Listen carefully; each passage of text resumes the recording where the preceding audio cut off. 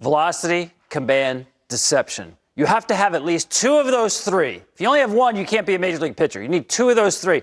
The Mariners have figured out what deception is. First of all, I want to tell you, this rotation, this entire staff attacks the strike zone like no staff I've seen in the last 5 years. I mean, these are crazy rates. That first pitch strike percentage, that's the highest we've seen since we started tracking this. Well, you got big-time stuff. I'm sure their pitching coaches like, your stuff plays in the zone. Get it in the zone. Kind of like what Tampa does. They're a lot like Tampa. Okay. And another reason they're like Tampa is because they love deception. Yes, they're in the zone a lot, but it's not like they're just grooving in hittable fastballs.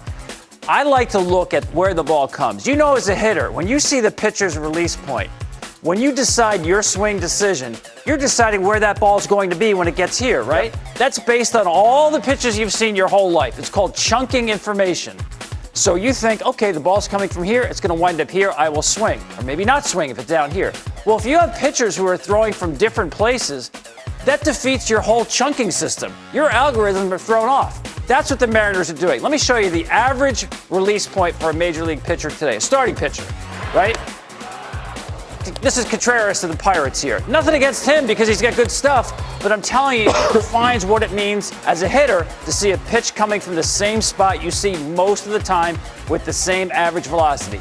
Average release point, average release extension, average velocity, that gets hit.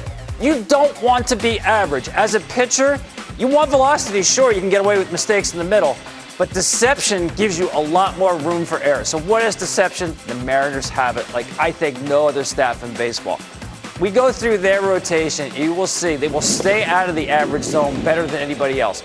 Luis Castillo, I call him the slinger, right? The nightmare. Nobody throws this hard from that low of a release angle. He used to be a sinker changeup guy. Yeah. He's playing that four seam up because he's throwing from a low release point to a high part in the zone. Look at this release point here. That's so low as a right-handed hitter, and pitching up in the zone, the Mariners love to do that. Logan Gilbert, he's like 6'7", right? I call him the long arm. It's not just his height. Look how he gets down the mound. He's a long strider. The hand is out in front of him. He's got the longest extension of any pitcher in baseball, almost 7.5 feet. So it's like he moves the pitching rubber up a foot.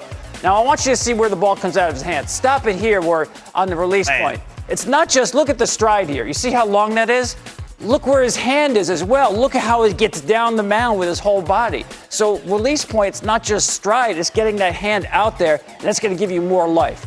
That's deception because hitters are not used to the ball being on them like Logan Gilbert gets it on them. We're not done with this stat by any long shot. George Kirby, the strike machine. Oh, my goodness. Pounds the zone. Unbelievable. Yeah. And it's not just throwing strikes, it's quality strikes. He is always on the edges of this strike zone with quality stuff. We have never seen a pitcher this young with this kind of command. That sounds like hyperbole, right? But it's not. Let me show you what I'm talking about. Strikeout to walk rate, 25 and under. All-time best. 9.5. And look, Shane Bieber's second on this list. Young pitchers with command. And he's not even close to George Kirby. I mean, usually it takes a while to put up these kind of strikeout to walk numbers. Classic Ben Sheets in 2004. I faced him a ton. He was nasty. All right, let's move on. We got more in this Seattle rotation. And again, there's always deception here.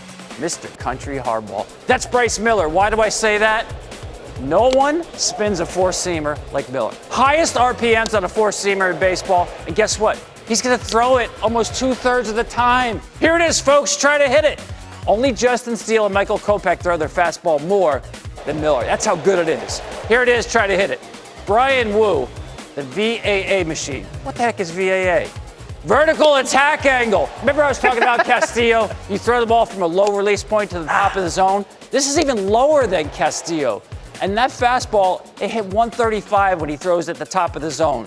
You see how he uses his legs to get down, that low kind of pushing action there?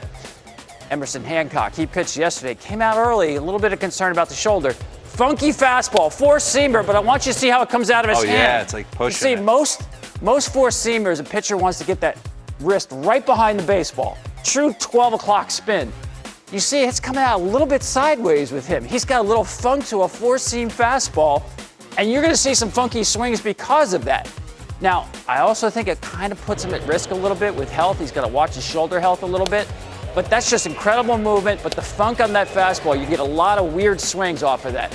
So this Seattle rotation is giving you stuff, plenty of velocity, plenty of RPMs. But take a look at this. Average release point is 5.8. So you got Gilbert, who's way up there. Kirby slightly above. 4 below the average release point. Seattle loves low release point to the high point in the zone. That's the hardest pitch to hit in today's game. As long as you have really good velocity. Here's what I'm talking about. Here's our baseline. Contreras here, average release height. Kirby and Gilbert are above. Look how much lower. So when you go to face the Mariners, all that information, and your brain is an algorithm, D-Row. Yeah. All that information works like this. You don't have time to sift through everything in the box. That ball's on its way. When you see guys throwing from this angle, especially when they're coming to the top of the zone, that defeats everything you've learned in years playing baseball. Where you say, hey, that ball's going to be here. That's why if you watch, especially these 4 when they pitch, what happens when they're up here? Where's the barrel? Where's the ball? They're The underneath ball, it. the Yeah. barrel's underneath the ball because you think that ball's going to be here, but because of the angle, it's above.